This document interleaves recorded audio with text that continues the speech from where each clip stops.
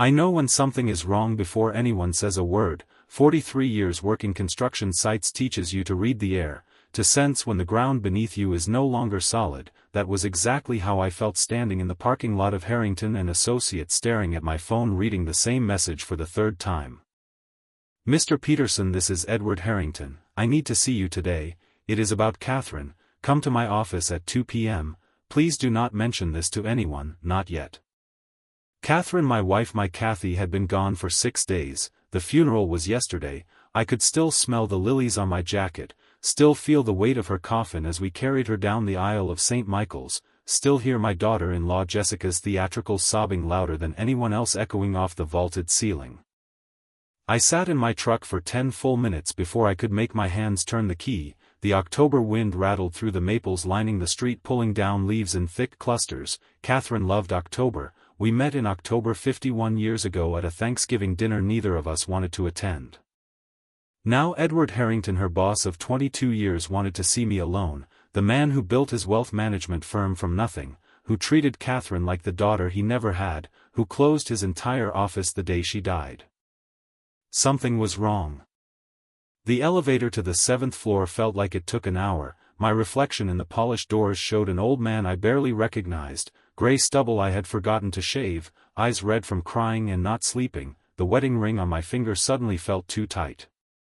The reception desk was empty, the hallway silent. Edward's door was open. He stood when I entered, 74 years old and still imposing, with silver hair swept back and reading glasses hanging from a chain, but his hands shook as he gestured to the leather chair across from his desk. "James, thank you for coming. Your text said it was about Catherine." He nodded slowly, then reached into his desk drawer and pulled out a thick manila envelope. "What I am about to show you is going to hurt, but Catherine made me promise. She made me promise that if anything happened to her I would show you this immediately." He paused, "Before your son could act." "My son Robert." Something cold crawled up my spine. Edward opened the envelope and pulled out a stack of photographs, sliding the first one across the desk. It showed my kitchen, our kitchen, the one Catherine renovated 5 years ago with white subway tile and the farmhouse sink she saved for. The photo was taken from above, from the corner near the ceiling, a security camera I did not know existed. In the image Robert stood at the counter, my son 47 years old, wearing his usual work clothes, jeans and a flannel shirt. He was holding one of Catherine's pill bottles, her blood pressure medication, pouring the pills into his hand. "Keep looking," Edward said quietly. The second photo showed Robert at the kitchen table using a small drill to open the capsules one by one, carefully, methodically. The third showed him pouring a white powder into the opened capsules. The fourth showed him sealing them again. The fifth showed him placing the bottle back into the cabinet exactly where Catherine always kept it. I could not breathe, the room tilted. I gripped the edge of Edward's desk. When I managed to speak I said, 3 weeks ago, September 28, a Thursday, I was at my poker game. Catherine was at her book club. How did she? She installed cameras 6 months ago, Edward said, hidden ones in the kitchen, the living room, your bedroom and her home office. His voice was steady but his eyes were wet. She did not tell you because she hoped she was wrong. She hoped her son would not actually do it.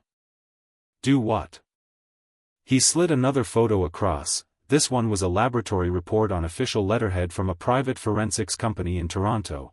After Catherine died I sent her medication to be analyzed, as per her instructions written 6 months ago. He tapped the report. The capsules contained digoxin mixed with potassium chloride, enough to cause cardiac arrest, especially in someone with Catherine's existing heart condition. The words did not make sense. None of it made sense. Robert killed her. Yes.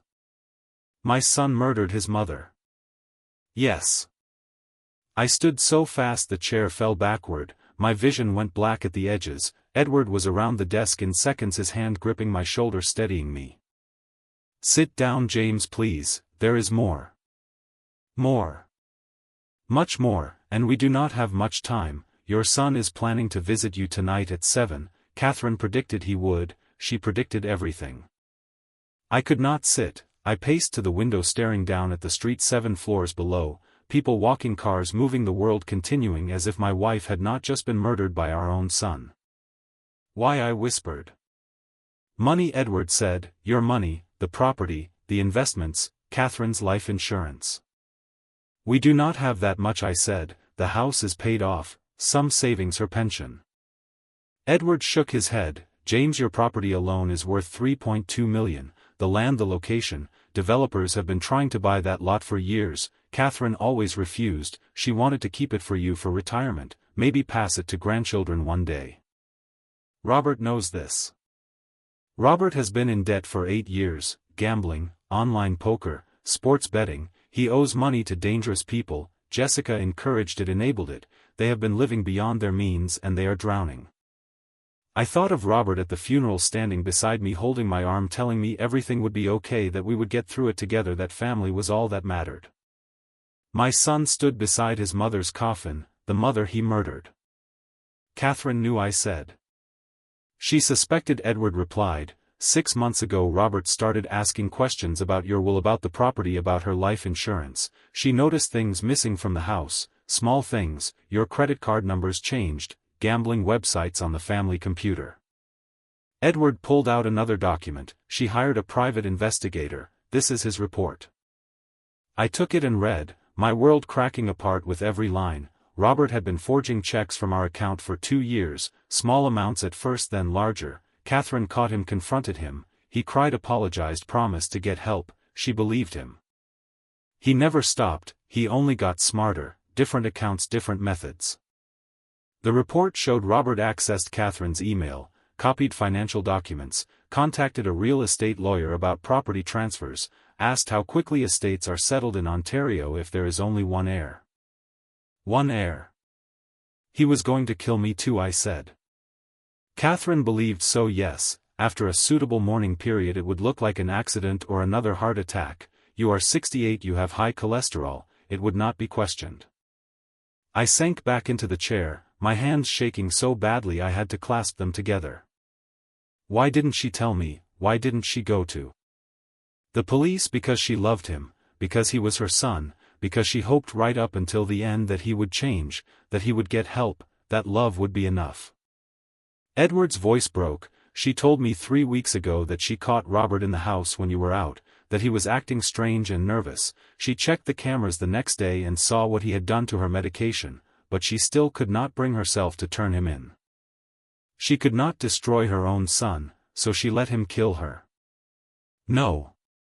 She switched the bottles. She put placebo pills into the container he had tampered with. She kept taking her real medication from a hidden supply, but her heart was already damaged from months of stress, from living with the knowledge of what her son had become. She suffered a massive coronary 3 weeks later, natural causes the coroner said, but Catherine knew it was coming, she felt it, so she prepared. Edward handed me another envelope, thicker and heavier. This is for you, her instructions, her evidence, everything you need. She has been documenting Robert's crimes for 6 months, every forged check, every lie, every theft. She installed cameras throughout your house, she recorded conversations, she built an airtight case. For what? I asked. For justice.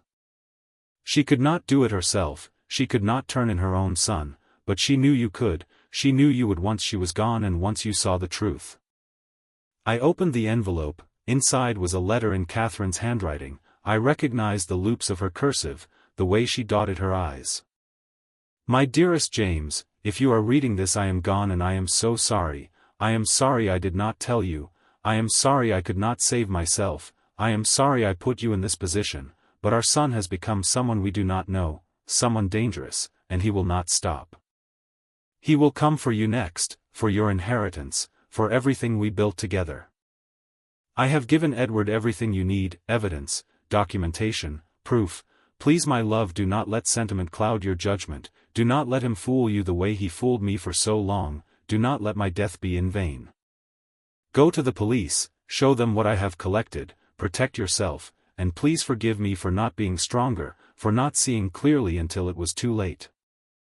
I love you, I have loved you since that first October evening 51 years ago, I will love you beyond this life and into whatever comes next. Be brave, my darling, be brave for both of us now. Forever yours, Kathy. I could no longer see the words through my tears. Edward let me cry. He did not speak, he simply sat there, this old man who loved my wife like family giving me the space to fall apart. When I finally spoke my voice sounded like gravel. What do I do? Catherine wanted you to take everything to the police, Edward said, but she also knew you might not feel safe doing that immediately. She knew Robert would likely come to the house tonight, probably to begin positioning himself as the helpful son managing the estate. Edward leaned forward. She wanted me to offer you a choice. You can go to the police right now or you can go home, let Robert come tonight, record the conversation, see what he says and what he does. Sometimes the prey walks into the trap. That is dangerous, I said. It is, but Catherine believed you would want to hear it from his own mouth, to give him one chance to confess, to show remorse. She believed you would need that closure. He was right, she knew me better than I knew myself. I will go home, I said, I will wait for him. Then take this, Edward said, pulling out a small device. It is a digital recorder, voice activated, the battery lasts 12 hours, put it in your shirt pocket, it will capture everything. He handed me more items, a panic button that would alert him and 911 simultaneously, a copy of all documents on a USB drive, phone numbers for Detective Sarah Morrison at Toronto Police whom Edward had already briefed. Catherine thought of everything. She loved you very much, James, Edward said, everything she did to protect you. I gathered the envelopes, the recorder, the evidence of my son's betrayal, of my son's murder. One more thing, Edward said, Catherine changed her will 4 months ago, you inherit everything directly, Robert is not mentioned, she wanted you to know that, wanted you to understand that she chose you, only you. The drive home felt endless. I kept checking my mirrors, half convinced Robert was already following me, that somehow he sensed his trap closing even as I drove toward it. Our house sat at the end of a long gravel driveway surrounded by 10 acres of forest. Catherine wanted privacy, space, room to breathe. Now that privacy felt dangerous. I parked in the garage and stood in the kitchen where the camera had captured Robert tampering with the medication. The white subway tiles gleamed in the afternoon light. Everything looked normal, safe, as if my wife might walk through the door any moment humming one of her old folk songs. But she would not, because my son had killed her. I placed the recorder in my shirt pocket, tested it twice, checked the panic button, put Edward's number on speed dial. Then I sat at the kitchen table and waited. Robert arrived exactly at 7. I heard his car on the gravel, the familiar slam of his door, his footsteps on the porch. He knocked and called out, "Dad, you home?" I forced myself to stand, forced myself to walk to the door, forced myself to open it and look into my son's face. He looked concerned, tired, wearing a dark suit likely the same one from the funeral, his hair needed cutting, he had lost weight. "Hey Dad, I have been calling, you did not answer."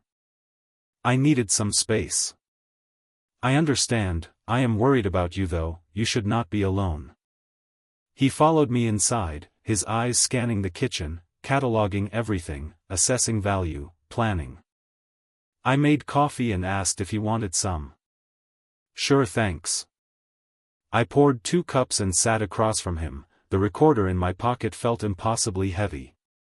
"So," Robert said, "we need to talk about arrangements, finances, the house. It has only been 6 days." "I know," he said quickly, "I know it feels fast, but there are things that have to be handled, Mom's accounts, the property, the estate." He leaned forward, "Dad, I want to help you through this, but I need to know what the situation is." "Financially, what situation?" I asked. "You know, assets, debts, what Mom left, what you have." I sipped my coffee and kept my voice steady. "Why do you need to know?"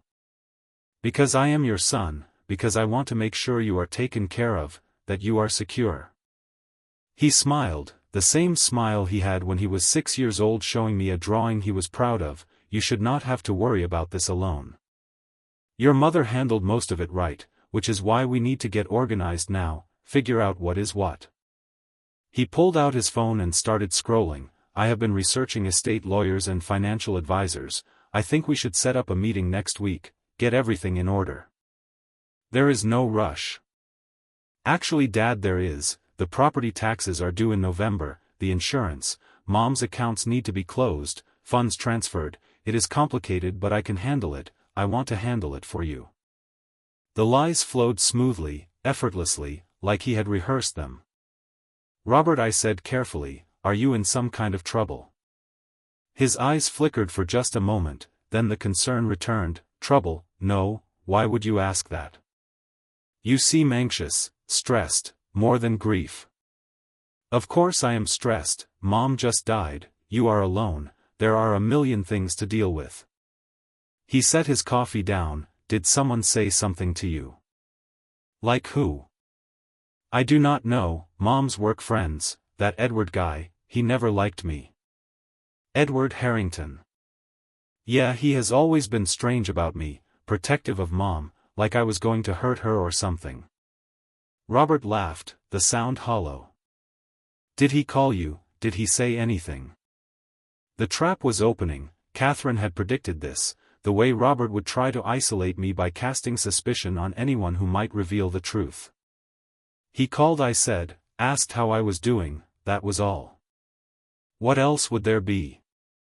Robert relaxed slightly. Nothing, I just know how people are, they start circling when someone dies looking for opportunities. I do not want anyone taking advantage of you. People like who? Anyone, scammers, friends who suddenly remember old debts, family members who think they deserve a piece.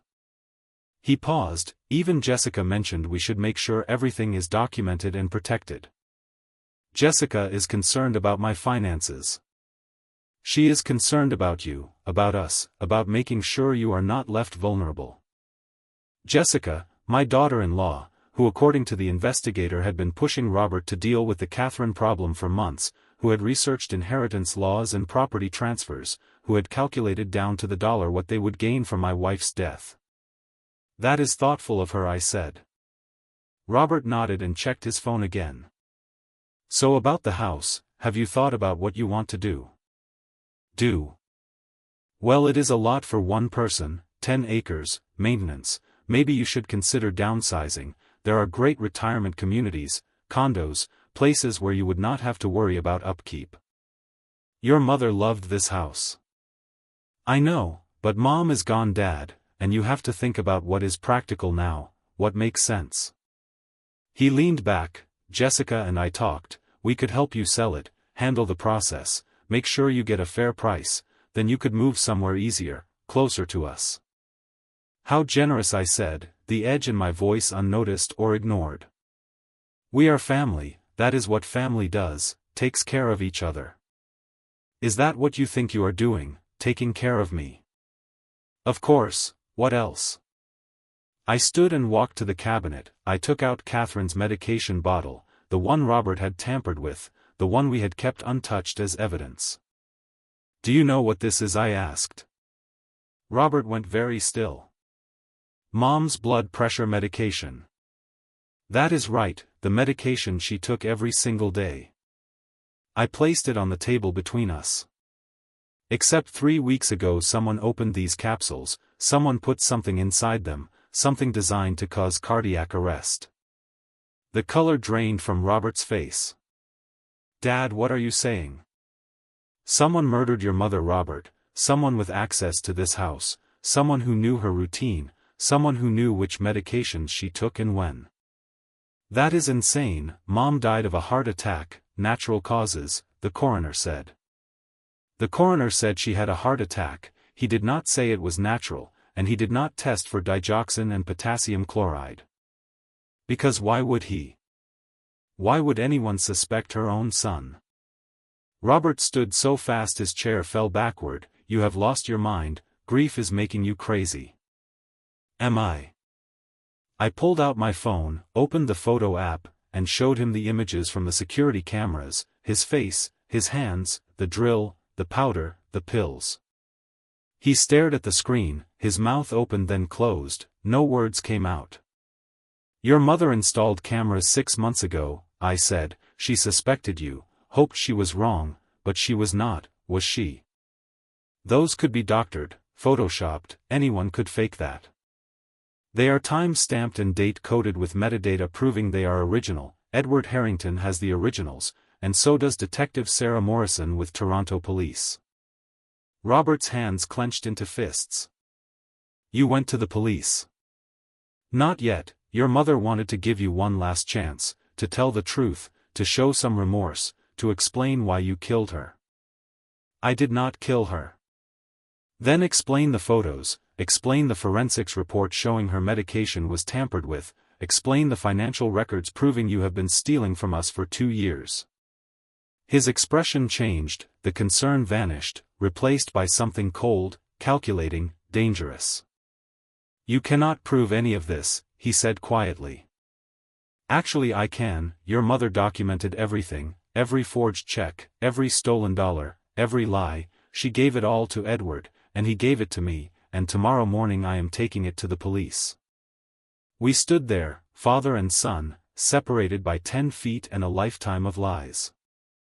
Why, I asked, why did you do it? He laughed, actually laughed. Why? Because I am 47 years old and I have nothing, because you and mom have millions tied up in this property while I am drowning in debt, because I needed it and you would not help. You never asked. I should not have to ask. I am your son, this should be mine, my inheritance, my future. But no, you and mom were going to sit on it forever, live to 100, leave me with nothing. So you killed her. I solved the problem, his voice flat and empty. She was old, sick, it was only a matter of time anyway, I just accelerated the timeline. She was 66 years old, she could have lived another 20 years. I do not have 20 years, he snapped, while debt collectors circle, while Jessica threatens to leave, while I lose everything. He stepped closer, and you are going to sit here in this house living off the property, off her pension, off everything that should be mine. Get out. No, I do not think so. He pulled something from his jacket pocket, a knife, 6 inches of steel catching the kitchen light. You are going to have an accident, Dad, tonight, a fall down the stairs, maybe a break-in gone wrong, something tragic, then I inherit everything just like I should have from the start. The panic button was in my pocket, but Robert stood between me and the door. You really think you can kill me too, I asked, after everything, after all the evidence? What evidence? A few photos that could be faked, some financial records that prove nothing. By the time the police investigate you will be dead, and I will be the grieving son who lost both parents. He smiled, tragic but perfect. You are insane. I am practical, there is a difference. He took another step forward. That was when the front door crashed open. Detective Sarah Morrison came through first, gun raised, shouting police drop the knife. Behind her were 3 more officers, Edward Harrington, and a tactical unit. Robert froze, the knife fell from his hand and clattered onto the tile. James Peterson, are you all right? I am okay, I said, my voice shaking, but I was alive. Robert Peterson, you are under arrest for the murder of Catherine Peterson and the attempted murder of James Peterson. She cuffed him and read him his rights. Robert screamed, not shouted, screamed.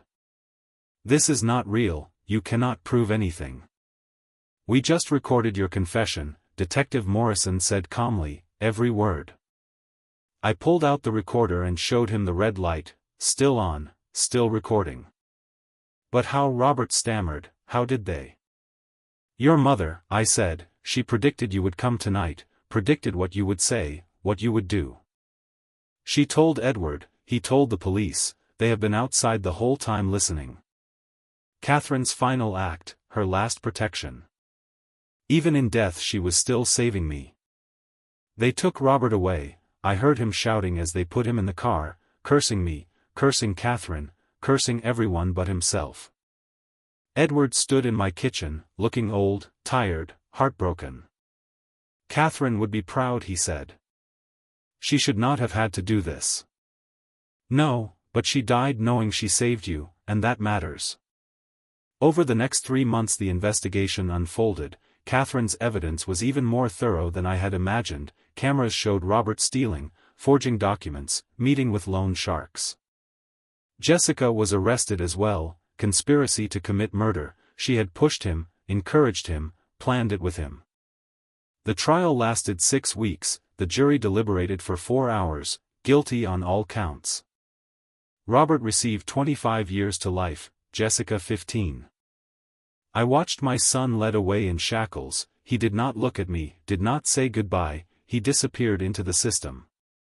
Edward helped me settle Catherine's estate. She left everything to me, the house, the savings, the pension, but also instructions.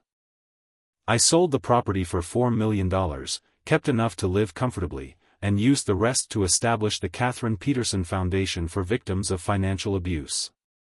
The foundation helps families torn apart by addiction and greed, provides counseling, legal aid, financial support, everything Catherine wished she could have given Robert before he became the man who killed her.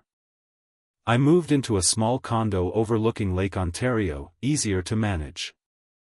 Edward visits every Sunday, we drink coffee, talk about Catherine, remember her as she was. Sometimes I stand on the balcony and watch October leaves fall into the water. I think about a Thanksgiving dinner 51 years ago, 2 people who did not want to attend, a life built together, love that lasted, and a tragedy born from blindness. I think about Catherine's final gift, her courage, her planning, her refusal to let evil win. She saved me, and because she saved me I get to save others. That is her legacy. Every October I visit her grave, bring lilies because she loved them, read her the foundation report, tell her about the lives saved. I tell her thank you. She died protecting me. Now I live honoring her. And that will have to be enough.